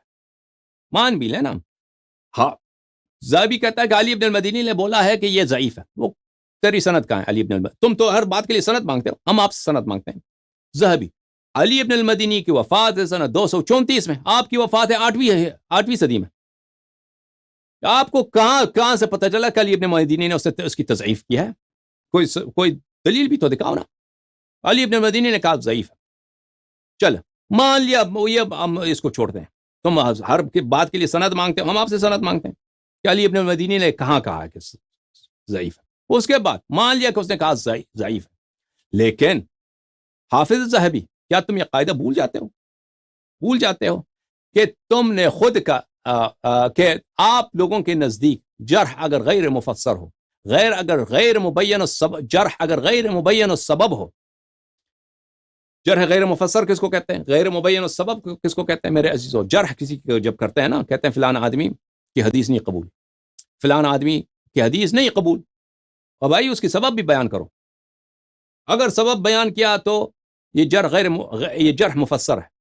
جرح اس کی تفسیر کی گئی ہے، جرح کی تفسیر مبین السبب ہے، سبب اس کا بیان کیا گیا. مثلا میں کہتا ہوں اس آدمی کی حدیث نہیں ماننا. کیوں نہیں ماننا؟ وہ آدمی بڑا جھوٹا آدمی، وہ اس آدمی کا حافظہ غلط ہے، وہ آدمی کو غلط فہمی تھی، وہ حدیث کچھ اور سنتا تھا، کچھ اور لکھتا تھا. ٹھیک ہے نا؟ یہ مثلا وہ یا عقیدہ اس کا باطل ہے، وہ آدمی مرتد تھا، مثلا دشمن خدا دشمن رسول صلی اللہ علیہ وآلہ وسلم تھا، مثلا اس طرح کو سبب ہوتا ہے. کوئی آدمی کیوں اس کی حدیث غیر معتبر ہے؟ اگر سبب بیان کیا تو وہ کیا ہے؟ جرح مفسر. سبب نہیں بیان کیا وہ جرح غیر مفسر. اب میرے عزیزو بخاری نے کیا کہا؟ بخاری نے کہا کہ عباد ابن عبداللہ فیہ نظر. عباد ابن عبداللہ میں ایک بات ہے، وہ بات کون سی بات ہے؟ اس نے تو توضیح تو نہیں دی نا، توضیح تو نہیں دی. وہ بہت سارے بڑے بڑے سے بلکہ بعض صحابہ ہیں بخاری نے ان کے متعلق کہا ہے کہ فیہ نظر. بخاری تو سب کے متعلق، بہت ساروں کے متعلق اس نے کہا فیہ نظر. سبب بیان کرو بخاری، اس میں ہم دیکھیں کہ واقعا تم یہ جرح کرتے ہو کہ فلانی اس میں فیہ نظر ہو، اس میں ایک بات ہے، وہ کون سی بات؟ یا علی ابن المدینی نے کہا کہ ضعیف، وہ فلانی ضعیف ہے، کمزور ہے. کس بات کی کمزور ہے؟ کمزوری کیا ہے اس میں؟ کمزوری ایک دفعہ یہ ہے کہ علم بہت کم ہے، ایک آدمی کا علم بہت کم ہے، مثلا علم زیادہ نہیں ہے، کمزور ہے علم میں. ایک دفعہ اس کا حافظہ کمزور ہے. ایک دفعہ یہ ہے کہ وہ مثلا کمزور ہے کہ وہ غیر معتبر ہے کیونکہ جھوٹ بولتا ہے، کیونکہ وہ یادداشت اس کی ضعیف. بتاؤ کیوں اس کو ضعیف کہتے ہو تم؟ یا کوئی ذاتی دشمنی ہے تمہاری؟ کیوں ضعیف بولتے ہو تم؟ تو اس نے بھی وجہ نہیں بتائی. تو جرح کیا ہے؟ جرح غیر مفسر. جرح غیر مفسر کیا ہے میرے عزیزوں؟ کتاب الکفایہ فی علم الروایت، تصنیف الحافظ خطیب البغدادی، ابو بکر خطیب بغدادی، صاحب تاریخ مدینہ السلام. یہاں پہ ان کا بہت بڑا، یہاں پہ صفحہ نمبر 108 میں بہت بڑا جملہ ہے جو سب حفاظ نے، اکثر حفاظ جو علم حدیث میں کتاب لکھتے ہیں، علوم ان کے اس جملے پہ اتکا کرتے ہیں، اس کو نقل کرتے ہیں. کہتے ہیں کہ ہمارے استاد حافظ ابو الطیب فرماتے تھے کہ لا يقبل الجرح الا مفسرا وليس قول اصحاب الحديث فلان ضعيف وفلان ليس بشيء مما يوجب جرحه ورد خبره. کہتا ہے کہ جرح مقبول ہی نہیں ہے، جرح مسموعی نہیں ہے، جرح پہ کوئی اعتبار ہی نہیں مگر یہ کہ مبین السبب، سبب واضح ہو. کیوں آپ کسی کی تضعیف کر رہے ہیں؟ کوئی شخص کہتا ہے کہ اگر وہ فلانی ضعیف ہے، فلان لیس بشیء، فلانا شخص اس کی کوئی اہمیت ہی نہیں، وہ تو دو پیسے کا آدمی نہیں. اب دو پیسے کا آدمی، وجہ تو بتاؤ دو پیسے کا آدمی نہیں ہے. اس سے کسی کی جرح نہیں ہوتی، اور اس جرح کی وجہ سے کسی کی حدیث مردود نہیں ہوا کرتی. صحیح سمجھ آئے نا بات اب؟ وَإِنَّمَا كَانَ كَذَلِكَ لِأَنَّ النَّاسَ اخْتَلَفُوا فِيمَا يَفْسُقُ بِهِ فيما يفسق به فلا بد من ذكر سببه لينظر هل هو فسق ام لا. کیونکہ یہ کسی شخص کی حدیث مردود ہے، اس کے مختلف وجوہات ہوتی ہیں، اور فسق یہ نہیں ہے. آپ ایک چیز کو مثلا ایک شخص ہے، کیا ہے؟ حنفی ہے. احناف جو تھے وہ اہل حدیث کے نزدیک یہ بالکل مردود اور منحرف لوگ تھے. یا ایک شخص ہے مثلا بخاری کی طرح، وہ کہتا ہے قرآن مخلوق ہے. ایک شخص ہے احمد ابن حنبل کی طرح، کہتا ہے جو بھی کہے کہ قرآن مخلوق ہے وہ کافر ہے. ٹھیک ہے نا؟ بخاری کہتا ہے قرآن مخلوق ہے، اسی کی وجہ سے اس کو مار پڑی تھی، اس کو نکالا گیا تھا بخارا سے. احمد ابن حنبل کے نزدیک یہ کفر ہے. ٹھیک ہے نا؟ فسق ایک شخص کہتے، فسق کا ایک تعریف نہیں ہے سب لوگوں کے پاس، فسق کے مختلف تعریفیں ہیں. آپ کی شخص کی حدیث رد کرتے ہو، کس لیے رد کرتے ہو؟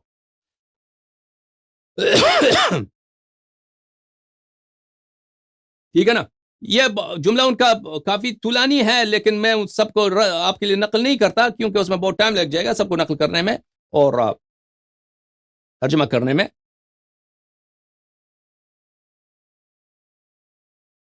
یہ کتاب ہے عمدۃ القاری فی شرح صحیح البخاری، تالیف الحافظ العینی، جز نمبر 1، چاپ ادارۃ الطباعۃ المنیریہ.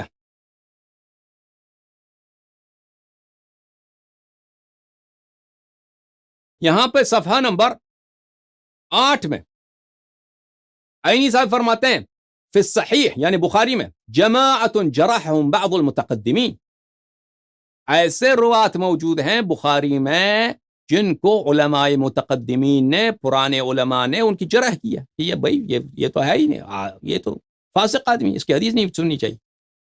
اچھا، وَهُوَ مَحْمُولٌ عَلَىٰ أَنَّهُ لَمْ يُثْبَتْ جَرْحُهُمْ بِشَرْطِهِ.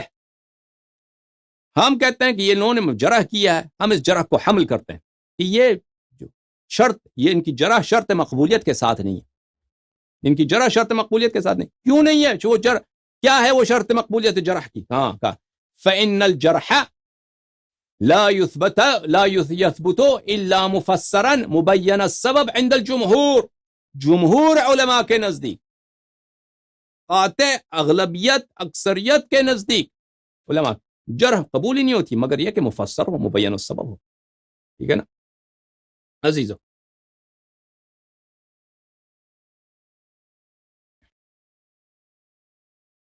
اچھا میں اس بات کو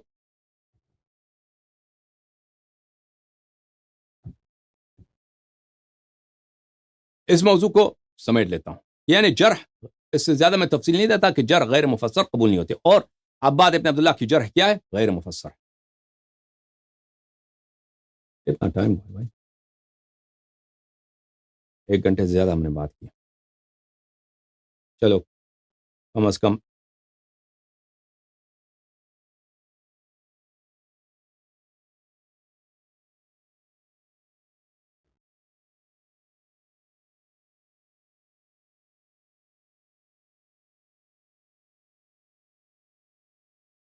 ہاں کم از کم یہ جو ہے صدیق اکبر والی جو ثابت کریں، صدیق اکبر والی جو امیر یہ اس حدیث کے انس صدیق الاکبر، اس کی تصحیح ثابت کریں. پھر ابو بکر صدیق اکبر نہیں ہے، وہ کل انشاءاللہ اختصار کے ساتھ وہ کل بیان کریں. اچھا میرے عزیزو، ذہبی نے کہا کہ علی ابن المدینی نے کہا کہ عباد ابن عبداللہ ضعیف ہے. تو عزیزو، عباد ابن عبداللہ امیر المؤمنین علیہ الصلوۃ والسلام کے صحابی ہیں. امیر المؤمنین علیہ الصلوۃ والسلام کی شہادت ہے سنہ 40 ہجری کو. ہم یہ مان بھی لیں کہ اس زمانے میں عباد ابن عبداللہ کی عمر 20 سال تھی. 20 سال تابعی ہیں، تو زیادہ سے زیادہ سنہ 80 تک وفات ہو گئی. سنہ 100 تک وفات ہوا ہوگا نا، سنہ 100 تک. یعنی ایک آدمی کا عمر کتنا ہے؟ 70 سال، 80 سال، 90 سال. سنہ 100 110 تک زیادہ سے زیادہ زندہ رہا ہوگا، اس کے بعد مرا ہوا ہوگا عباد ابن عبداللہ. علی ابن المدینی کب مرے ہیں؟ سنہ 234 میں. سنہ 234، یعنی ان دونوں کے درمیان بڑا زمانی فاصلہ ہے. 150 سال کے قریب زمانی فاصلہ ہے عباد ابن عبداللہ اور علی ابن المدینی کے درمیان. اب علی ابن المدینی کہاں سے کہہ رہا ہے کہ یہ ضعیف ہے؟ اس کو دیکھا تو نہیں ہے، اس کے باپ کو بھی نہیں، علی ابن المدینی کے باپ نے بھی اس کو نہیں دیکھا، علی ابن المدینی کے دادے نے بھی اس کو نہیں دیکھا. فاصلہ بہت ہے ان دونوں کے درمیان، زمانہ بہت گزرا ہے ان کے درمیان. کہاں سے کہہ رہا ہے کہ یہ ضعیف ہے؟ علی ابن المدینی کے بعد کا ہم کیوں اعتبار کریں؟ ٹھیک ہے نا، وجہ بتاؤ کیوں اعتبار کریں جب سب علماء نے دیکھیں میں ایک اور جملہ بھول گیا میں آپ کو بتانا کہ جرح مفسر السبب اگر نہ ہو تو مردود ہے، لیکن توثیق کے لیے شرط نہیں ہے کہ مفسر السبب، توثیق کے لیے ضروری نہیں ہے کہ مفسر السبب. یہ بالاجماع یہ بات آپ کو کہہ رہا ہوں. تو علی ابن المدینی کا زیادہ سے زیادہ بات یہ ہے کہ اس کا اجتہاد ہے، اس کا وہم، اس کا ایک تخمین ہے، ایک اندازہ ہے کہ عباد ابن عبداللہ ضعیف ہے. عباد ابن عبداللہ ضعیف، اور ہمارے لیے اس بات کو قبول کرنا ہو جب تک کہ اس کی صحت معلوم نہ ہو، اس کا کوئی قبول کرنا ہو لازم و ضروری نہیں ہے. اس کے علاوہ میں آپ کو دکھاؤں کہ علی ابن المدینی کی اپنی ویلیو کیا ہے. تاریخ بغداد او تاریخ مدینہ السلام الجزء 11، شاب دار الکتب العلمیہ، چھپا ہے سنہ 2004 میں. یہاں پہ ملاحظہ فرمائیے صفحہ نمبر 463 میں، یہ زندگی نامہ ہے کس کی؟ علی ابن المدینی. علی ابن المدینی یہ مدینے کا نہیں ہے، یہ بصرے کا ہے، نام اس کا علی ابن المدینی. اچھا یہاں پہ صحیح سند کے ساتھ وہ روایت کرتے ہیں ابن ابی داؤد السجستانی. ابو داؤد السجستانی جو صاحب کتاب سنن ابو داؤد ہیں، اس کے بیٹے ابن ابی داؤد السجستانی. ابن ابی داؤد السجستانی معتصم یعنی بنی عباس کے دربار میں وہ قاضی تھے. بغداد اس زمانے میں کیپٹل تھا، نہ پورے عالم اسلام کا، پوری دنیا کا کیپٹل تھا بغداد. ثقافت، علم، ہر لحاظ سے آگے، اور سب علماء کا رخ بھی کہاں تھا؟ کی طرف تھا، بغداد کی طرف. معتصم یہ جو لوگ معتزلی تھے، اہل اعتزال میں سے تھے. اچھا محدثین کے نزدیک، جماعت عمریہ کے جو محدثین ہیں ان کے نزدیک اللہ تعالیٰ آسمان میں نستجیر ہوگی. ہاتھ ہے، اس کے 2-3 ہاتھ ہیں، 2-3 ہاتھ بھی بائیں طرف ہیں، دائیں طرف، سب اس کے ہاتھ دائیں طرف ہے. عجیب سی مخلوق ہے، موٹا سا سر ہے، وہی پیٹ ہے، وہ ہنستا ہے، داڑھی ہے، ممبر پہ بیٹھتا ہے، عرش پہ بیٹھ جاتا ہے، عرش کی آواز نکل آتی ہے، اتنی بوجھ ہے اس کی، موٹا. تو اس کے شکل و شمائل، ہنستا بھی ہے وہ خوب، وہ مذاق سنتا ہے تو ہنستا ہے، وہ رونا بھی آتا ہے اس کو کبھی کبھار، وہ اوپر نیچے بھی جاتا ہے، آسمان سے نیچے بھی آتا ہے. اب بھی یہ ان کا یہی عقیدہ ہے جو آپ کے سلفی بھائی ہیں، آپ کے جو وہابی لوگ ہیں، احمد بن حنبل کے ماننے والے حنبلی لوگ، ان کے نزدیک یہی عقیدہ ان کا کہ وہ اللہ تعالیٰ کے جسم کے قائل ہیں. وہ جسم کا لفظ استعمال نہیں کرتے، نہیں کہتے کہ وہ کہتے ہیں کہ ہم نہ کہو جسم استعمال نہ کرو، لیکن اللہ کا ہاتھ ہے، پیر ہے، سر ہے، لب ہے، اونٹ ہے، منہ ہے، اس کا زبان ہے، آنکھ ہے اللہ کی، تو یہ اسی کو جسم تو کہتے ہیں نا، اسی کو جسم تو کہتے ہیں. تو اس کے مقابلے میں اہل اعتزال، ان کا عقیدہ شیعوں سے بہت قریب ہے. وہ کہتے ہیں نہیں، اللہ تعالیٰ جو ہے اس کسی جہت میں ہے ہی نہیں، کسی جہت میں ہے نہیں، اللہ تعالیٰ کے جسم ہی نہیں ہے. اشاعرہ کا بھی یہی عقیدہ ہے، ماتریدیہ کا بھی یہ عقیدہ ہے کہ اللہ تعالیٰ جسم نہیں ہے، اللہ تعالیٰ جہت میں نہیں ہے، اللہ تعالیٰ وہ کسی جہت میں واقع نہیں ہوتا. لیکن یہ ماتریدیہ اور اشاعرہ عجیب بات ہے، ایک طرف سے کہتے ہیں کہ وہ جسم نہیں، پھر دوسری طرف سے کہتے ہیں کہ وہ روز قیامت نظر آتا ہے، اسی آنکھ سے نظر آتا ہے. تو بھائی اگر وہ جسم یہ ان کے عجیب و غریب باتیں ہیں. ایک طرف سے کہتے ہیں کہ اللہ جسم نہیں ہے، جہت میں نہیں ہے، دوسری طرف کہتے ہیں وہ نظر آ جاتا ہے. تو بہرحال ابو داؤد سجستانی قاضی تھا معتصم کے دربار میں. معتصم کیا ہے؟ معتصم معتزلی ہے. اور معتصم جو ہے، یہ لوگ، یہ احمد بن حنبل کے جیسے جو لوگ تھے، محدثین تھے، ان کو پکڑ کے ان سے توبے کرواتے تھے، ان کو مارتے تھے کتے کی طرح.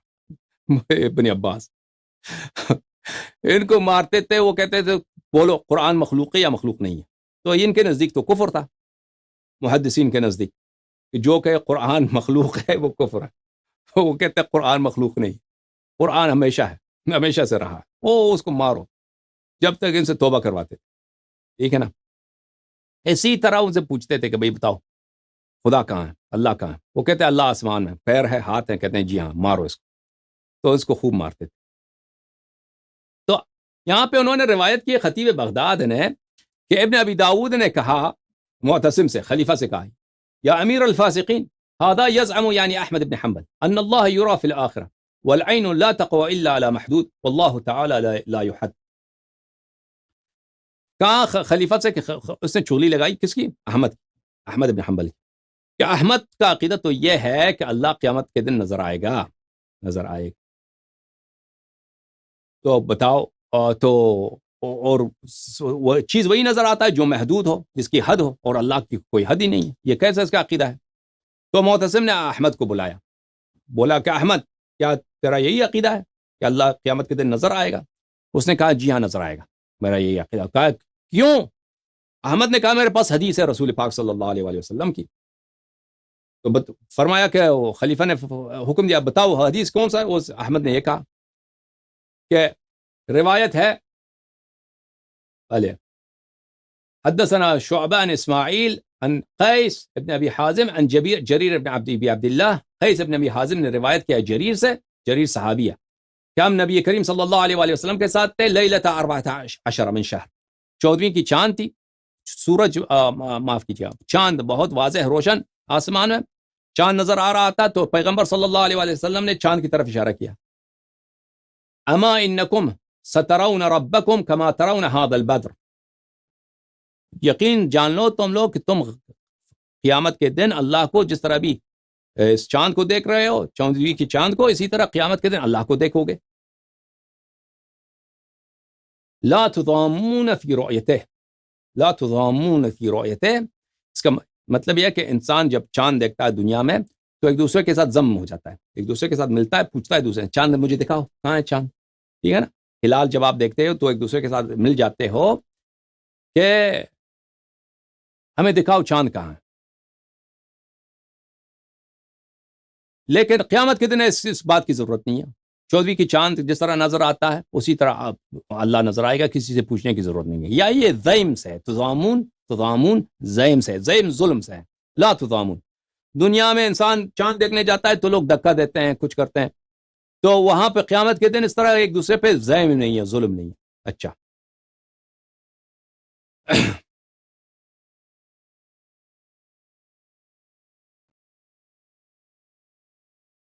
تو احمد نے جب یہ جواب دیا کہ میرے پاس یہ حدیث ہے تو معتصم نے اس کو جواب نہیں دے سکا، معتصم نے جواب نہیں دے سکا۔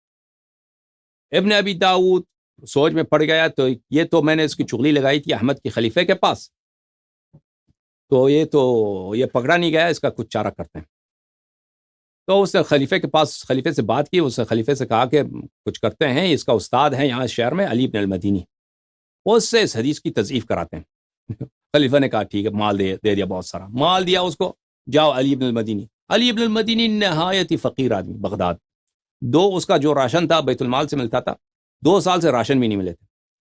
تو یہ ابن ابی داؤد تو قاضی تھا، جج تھا دربار کا، تو یہ بڑا مال لے کے آیا ابن ابی داؤد کے پاس، گلے لگایا اس کو اور مال دیا اس کو۔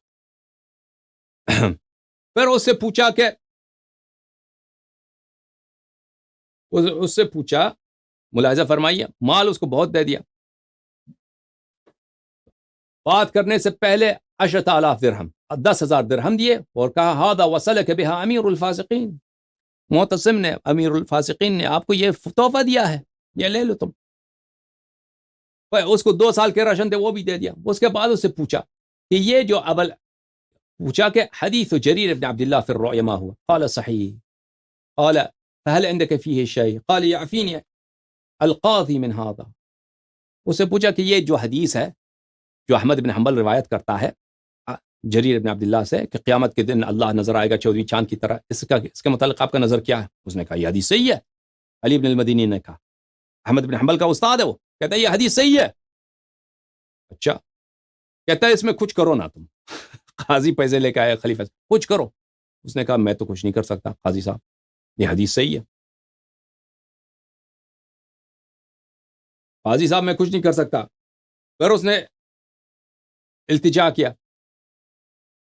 کیا، یا ابا الحسن ہذہ حاجت الدہر، یہ ہماری بہت ضرورت ہے، ہم نے احمد بن حنبل کو مارنا ہے، بہت سخت ضرورت ہے، آپ اس حدیث میں کچھ نکالیں۔ ثم امر له بثياب وطيب ومركبا بسرجه ولجامه، پھر اس کے لے کر کپڑے لے کے آؤ۔ اس زمانے میں یعنی پرانے زمانے میں جو اچھے قسم کے کپڑے تھے بہت مہنگے ہوتے تھے، لوگوں کے پاس ایک جوڑا کپڑا بھی مشکل سے ہوتا تھا۔ کسی کو اچھے کپڑے دے دو تو یعنی بہت، جیسے ابھی اس زمانے میں کسی کو گھر دے دو، اس طرح پرانے زمانے میں کپڑا سین بنانا بہت مشکل ہوا کرتا تھا۔ اچھا، کپڑے دے دیے اس کو، خوشبو، اعلیٰ قسم کی جو خوشبو ہے، تیل ہے، وہ دے دیا اس کو، اور اس کے علاوہ بہت اچھا گھوڑا، بہت زین کے ساتھ، سب سیڈل کے ساتھ اس کو دے دیا، یعنی گاڑی دے دیا، مکان دے دیا، سب کچھ دے دیا۔ اس زمانے میں اگر ہم حساب کریں تو اس طرح سب کچھ اس کو دے دیا۔ وَلَمْ يَزَلْ حَتَّى قَالَ لَهُ، اور بہت اصرار کیا ابن ابی داؤد نے کہ تم کچھ کرو نا۔ تو اس کے بعد اس نے کہا فی هذا الاسناد من لا يعمل عليه ولا على ما يرويه وهو قیس بن ابی حازم انما كان اعرابیا بوالا على عقبه۔ جب اس کو علی ابن المدینی کو پیسے بہت ملے، احمد ابن حنبل کے استاد، اور یہ علی ابن المدینی جرح و تعدیل میں اس کا ثانی نہیں ہے جماعت عمریہ کے نزدیک، جرح و تعدیل میں اس کا ثانی نہیں ہے۔ علی ابن المدینی، اس کے علاوہ یحییٰ ابن معین، یہ لوگ جرح و تعدیل کے یہ جانے والے شخصیت ہیں، مانے والے شخصیت ہیں، ان کے یعنی یہ امام الکل ہے ان کے نزدیک فقہ عمریہ۔ جب اس کو مال بہت دے دیا قاضی نے اور معتصم نے، خلیفہ نے، تو اس نے اس احمد بن حنبل کی حدیث کی اس طرح تضعیف کی۔ کہا اس سند میں کون ہے؟ اس سند میں ایسا شخص ہے کہ اس کے کسی حدیث پہ کوئی عمل نہیں ہے اور اس کی کسی بھی روایت کی کوئی اعتبار نہیں ہے، وہ قیس بن ابی حازم ہے۔ قیس بن ابی حازم کون ہے؟ قیس بن ابی حازم بہت بڑے تابعی ہیں، عشرہ مبشرین کے نزدیک جو ہے ان سب سے روایت کی ہے، بخاری مسلم میں ان کی کتاب حدیث موجود ہے۔ کہاں یہ موجود ہے؟ اس کی کیا مشکل ہے؟ کہا انما کان اعرابیا بوالا علی عقبہ، وہ ایک ایسا بدوی آدمی تھا، وہ ایسا بدبودار عرب تھا، وہ پیشاب کرتا تھا اپنے پیروں پہ، نجس آدمی بالکل، بوالا علی عقبہ، عقبہ بولتے ہیں کس کو؟ پیر کی ایڑیوں کو بولتے ہیں۔ وہ بول کرتا تھا، پیشاب جو کرتا تھا وہ اس کو پیشاب پخانے کی کوئی پرواہ نہیں تھی، وہ پیشاب پخانا اپنے پیروں پہ کرتا تھا، پیشاب پخانا۔ جب پیسے ملے نا اس کو، شروع میں تو کہتا رہا کہ حدیث صحیح ہے، حدیث صحیح ہے، میں کچھ نہیں کرتا۔ جب پیسے خوب مل گئے اس کو، کہاں یہ حدیث غلط ہے۔ کیوں غلط ہے بھائی؟ ہاں غلط اس لیے کہ بوال علی عقبہ، اس حدیث میں قیس بن ابی حازم ہے. قیس بن ابی حازم کا مشکل کیا؟ ہاں وہ اعرابی، وہ ایک جاہل، وہ وحشی سا انسان ہے، اس کے حدیث کا کیا اعتبار؟ نہ پیشاب کا معلوم نہ پخانے کا معلوم. پیشاب کرتا ہے تو کس پہ؟ اپنے پیروں پہ. پخانا کس پہ کرتا ہے؟ اپنے پیروں پہ. فقبل ابن ابي داود ابن المديني واعتنقه فلما كان الغد وحضروا ابن ابی داود بڑا خوش ہو گیا، گلے لگایا علی ابن المدینی، اس کو بوسہ دیا اور وہاں سے نکل گیا. کل سب لوگ علماء پہنچ گئے خلیفہ کے پاس. احمد بن حنبل بھی آیا. قاضی بول اٹھا کہ خلیفہ صاحب، یہ جو کہتا ہے کہ قیامت کے دن اللہ نظر آئے گا، یہ ملعون علی ابن المدینی، یہ ملعون کس کے حدیث پہ؟ اس کو روایت کرتا ہے قیس بن ابی حازم سے. وہ اعرابی بوال علی عقبیہ، وہ ایک ایسا بدوی آدمی تھا جو اس کو پیشاب پخانے کا پینے معلوم تھا. پیشاب اپنے پیروں پہ، پخانا اپنے پیروں پہ. احمد ابن حنبل کو فوراً پتہ چل جائے گا، پتہ چل گیا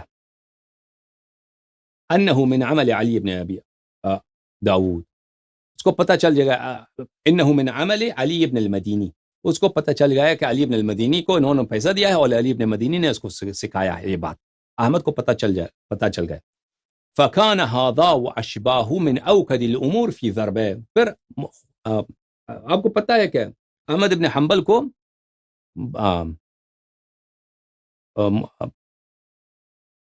بنی عباس نے مارا بھی، اس کو جیل میں بھی ڈال دیا تھا. تو اسی باتوں کی وجہ سے، اس کے عقیدے کی وجہ سے. اچھا، اور اس طرح انہوں نے فرمایا ہے خطیب بغدادی کہ انہوں نے جو کہا ہے کہ قیس بن ابی حازم اعرابی بوال علی عقبہ، یہ باطل بات ہے. بھلے وہ کہتے ہیں کہ سب علماء مجمعون علی الاحتجاج بروایت قیس بن ابی حازم و تصحیحہ، سب علماء کا اجماع ہے قیس بن ابی حازم کی حدیث صحیح ہے. تو میرے عزیزو دیکھو، یہ علی ابن المدینی نے کہا ہے. ایک شخص ایسا ہے، کون؟ عباد ابن عبداللہ، جو امیر المؤمنین علیہ السلام کی صحابی ہیں، ان کے شیعوں میں سے ہیں، وہ کوفے میں رہنے والے ہیں. ان سے حدیث نقل ہوئی ہے امیر المؤمنین علیہ السلام کی فضیلت میں. ان سے صرف نقل نہیں ہوئی، کئی طرق سے نقل ہوا ہے. اب اس کو حدیث کو مارنا ہے، حدیث کو ختم کرنا ہے. کیا کہا؟ عباد ابن عبداللہ نے کہا ضعیف ہے. جب بھائی آپ کے ائمہ جرح و تعدیل پیسے لے کے لوگوں کی جرح کرتے تھے، تو ان کی جرح کی کیا اعتبار ہے؟ ان کی جرح کا کیا اعتبار ہے؟ جب وہ پیسے کی خاطر پیسے لے کر ایک ثقہ انسان کی جرح کر سکتے ہیں، تو دینی تعصب میں شیعہ تو اس زمانے میں بڑے مظلوم تھے. اہل بیت علیہ السلام تو ان کا قتل ہوتا تھا، شیعوں کا قتل کوئی پوچھنے والا ہی نہیں تھا. سب سے بڑا گالی یہی تھا کہ آپ کسی کو کہہ دیں رافضی ہے یا شیعہ ہے. تو اس دینی تعصب میں اگر آپ ایک شیعہ کو کہہ دیں کہ وہ ضعیف ہے، تو اس میں کون سی تعجب کی بات ہے؟ اور اس شہادت کی کیا ویلیو ہے؟ سمجھ میں آئی بات آپ کو؟ اچھی بات ہے دوستو. ابھی امیر المؤمنین علیہ السلام صدیق اکبر ہیں اور ابو بکر صدیق نہیں ہے. میں نے صرف ایک حدیث آپ کو چڑھا کہ انا صدیق الاکبر، اس میں بہت ٹائم لگ گیا. تو میں تو یہ چاہتا تھا کہ صدیق اکبر، فاروق اعظم دونوں کو بیان کروں، اور یہ بھی بیان کروں کہ ابو بکر کیوں صدیق نہیں ہو سکتا، وہ بھی اختصار کے ساتھ. لیکن وقت نہیں ملا ہمیں. ٹائم دیکھیں، میں 1 گھنٹے سے زیادہ بول رہا ہوں. میں آپ سب کا بہت شکریہ ادا کرنا چاہتا ہوں. ابھی